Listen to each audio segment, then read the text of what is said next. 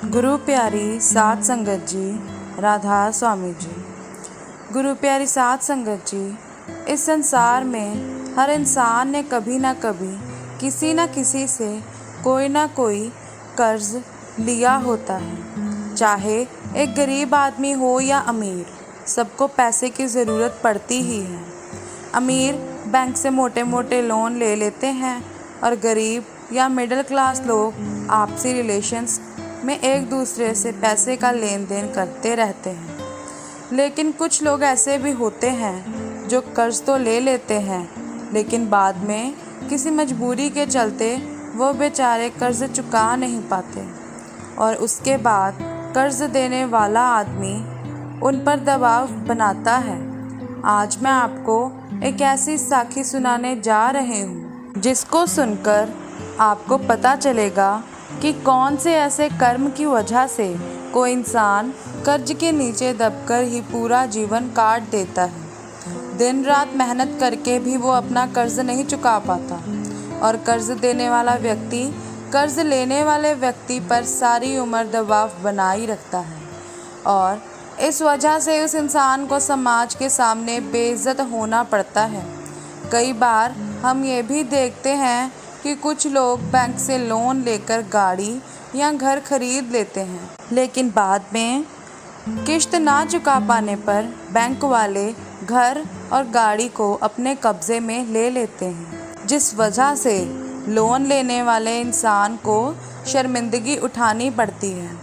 आज की साखी ऐसे ही एक मजदूर सत्संगी की साखी है जी, जिसने एक पूर्ण गुरु से नामदान ले रखा था और ये भाई भजन सिमरन तो नहीं करता था, लेकिन गुरु घर में जाकर सेवा बहुत किया करता था। इसके गुरु जी इसको हमेशा भजन सिमरन करने के लिए कहते थे, लेकिन इसका मन भजन सिमरन में नहीं लगता था। ये भाई एक छोटी सी फैक्ट्री में काम किया करता था और अपने परिवार का पालन कर रहा था। इस भाई के 2 बच्चे थे और दोनों स्कूल जाया करते थे। इस भाई पर पुराने समय का लिया हुआ एक कर्ज था, जो कि ब्याज लगकर अब लगभग 3 लाख हो गया था और जो कर्ज देने वाला इंसान था वो इस भाई का रिश्तेदार था। कई साल तो उसने अपने पैसे इसलिए वापस नहीं मांगे क्योंकि उसको लगता था कि रिश्तेदारी का सवाल है, इसलिए अच्छा नहीं लगेगा। लेकिन ये सत्संगी भाई उसका कर्ज नहीं चुका पा रहा था। फिर जब कई साल बीत गए तो कर्ज देने वाले आदमी की पत्नी ने उस पर जोर डाला कि अपने पैसे कब वापस मांगोगे, ऐसे तो उसने कभी पैसे देने ही नहीं हैं। इतने साल हो चुके हैं, एक पैसा भी वो नहीं दे पाया। तो पत्नी के बार बार जोर देने पर इस आदमी ने सत्संगी भाई पर दबाव बनाना शुरू कर दिया। अब 8-10 हज़ार रुपये कमाने वाला एक मामूली सा इंसान अगर कर्ज चुकाने के लिए किश्त देता तो परिवार को क्या खिलाता। तो जब तक हो सका सत्संगी भाई टालता रहा, लेकिन अब कर्ज देने वाला का दबाव बढ़ता जा रहा था। साध संगत जी, जहाँ पैसा आ जाए वहाँ रिश्तेदारी की कोई अहमियत नहीं रह जाती। तो अब कर्ज देने वाला आदमी इस भाई की फैक्ट्री तक पहुँचने लगा और फैक्ट्री में सबके सामने सत्संगी भाई को बेइज्जत करने लगा। सत्संगी भाई के पास सुनने के अलावा और कोई चारा नहीं था, तो सत्संगी भाई नज़रें झुकाकर उस आदमी की कड़वी बातें सुनता रहा।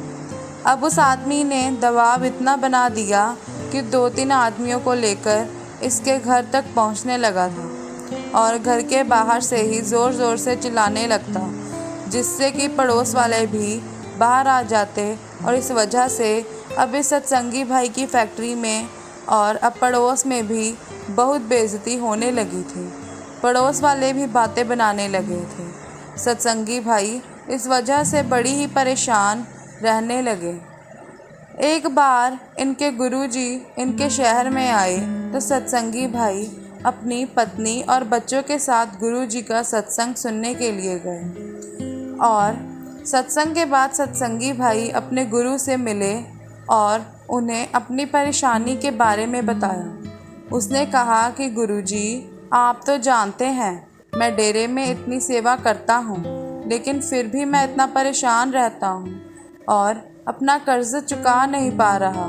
तो गुरुजी ने कहा कि बेटा, ये सब तो पिछले कर्म होते हैं जो हमें भोगने ही पड़ते हैं, लेकिन भजन सिमरन करोगे तो कर्मों को भोगने की ताकत मिलती है। तो सत्संगी भाई ने पूछा कि गुरुजी, ऐसा कौन सा पाप मैं पिछले जन्म में कर आया जो मुझे ये जिल्लत भरी जिंदगी मिली है। तो गुरुजी कुछ देर के लिए अंतर्ध्यान हो गए और जब वापस अपनी अवस्था में आए तो गुरुजी सब जान चुके थे। साथ संगत जी, जो गुरुजी ने बताया वो हम सबके लिए सुनना बहुत ज़रूरी है। उन्होंने बताया, पिछले जन्म में तू एक बहुत अमीर सेठ हुआ करता था और तू दान भी बहुत किया करता था। तो सत्संगी भाई कहने लगा कि गुरुजी, दान करना तो अच्छी बात होती है, दान करके अगर ऐसी ज़िंदगी मिलती है तो कोई दान क्यों करेगा। तो गुरुजी ने कहा कि बेटा, अभी मेरी बात पूरी नहीं है। पिछले जन्म में तो उस समय की मौजूदा सरकार से या यूं कहें कि बैंक से अपने व्यापार के लिए मोटे मोटे लोन लिया करता था और बाद में व्यापार को घाटे में दिखाकर लोन वापस नहीं चुकाता था। और एक बार तूने अपने एक बहुत करीब के दोस्त से कुछ पैसा उधार लिया था, लेकिन उसके बाद तेरी नीयत खराब हो गई और तूने अपनी दोस्ती की परवाह नहीं की और अपने दोस्त से लिया कर्ज वापस नहीं दिया। ऐसे हेरा फेरियों से कमाए धन में से तू कुछ पैसा दान कर दिया करता था।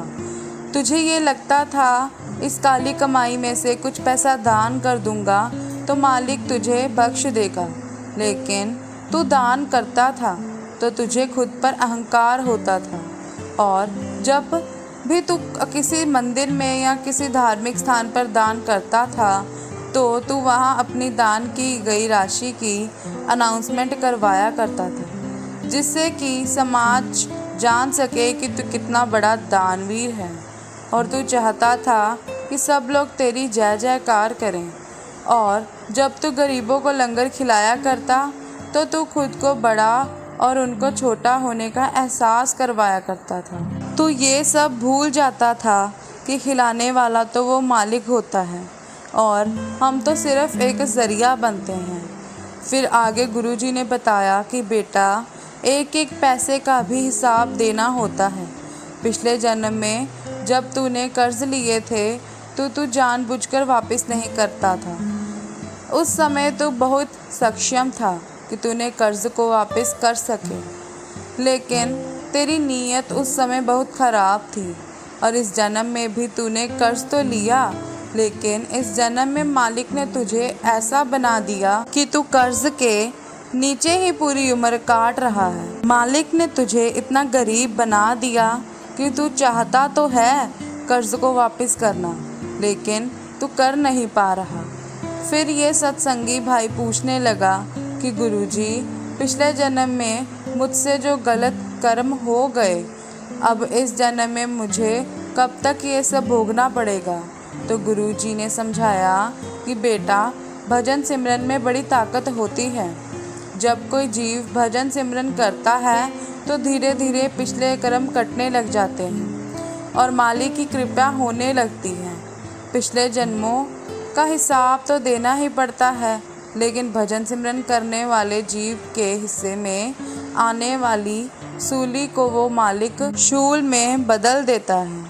इसलिए मैं तुझे हमेशा समझाता हूँ कि बाहरी सेवा तो माहौल बनाती है, लेकिन जो असली सेवा होती है वो तो मालिक की भक्ति होती है। मालिक तो तभी खुश होता है जब जीव उसकी भक्ति करता है। अब तो पीछे का समय तूने व्यर्थ कर दिया, उसको पीछे ही छोड़कर भजन सिमरन शुरू कर दे। धीरे धीरे तेरे कर्म कटने लगेंगे और मालिक की कृपा होने लगेगी। सत्संगी भाई ने गुरुजी की सारी बात को ध्यान से सुना और उसको अब समझ आ गई थी कि उसने इतने साल बेकार कर दिए, लेकिन इसके बाद ये भाई रोज़ भजन सिमरन करने लगा और धीरे धीरे मालिक की कृपा होने लगी। साध संगत जी, इस साखी में गुरु जी ने 2 अहम बातों का जिक्र किया है जिस पर हमें भी अमल करना चाहिए। पहली बात, अगर किसी से पैसे उधार लिए हैं तो ये नहीं सोचना कि वो मांग नहीं रहा इसलिए हम अपने आप से क्यों दें। पैसे तो देने ही पड़ेंगे, चाहे दोबारा आकर देने पड़े। दूसरी बात, मालिक ने अगर इतना सक्षम बनाया है कि हम थोड़ा बहुत दान कर सकें तो दान करते समय ढोल नहीं पीटना। असली दान तो वो होता है जो दाएं हाथ से किए जाए तो बाएं हाथ को भी पता ना चले। दान करके दिखावा करने का मतलब है अपने ऊपर एक और कर्म का बोझ लादना। साध संगत जी, आज की साखी से कुछ सीखने को मिला तो कमेंट में राधा स्वामी ज़रूर लिखिएगा। और अगर आपको साखी अच्छी लगी हो तो साखी को लाइक और शेयर भी ज़रूर कीजिएगा।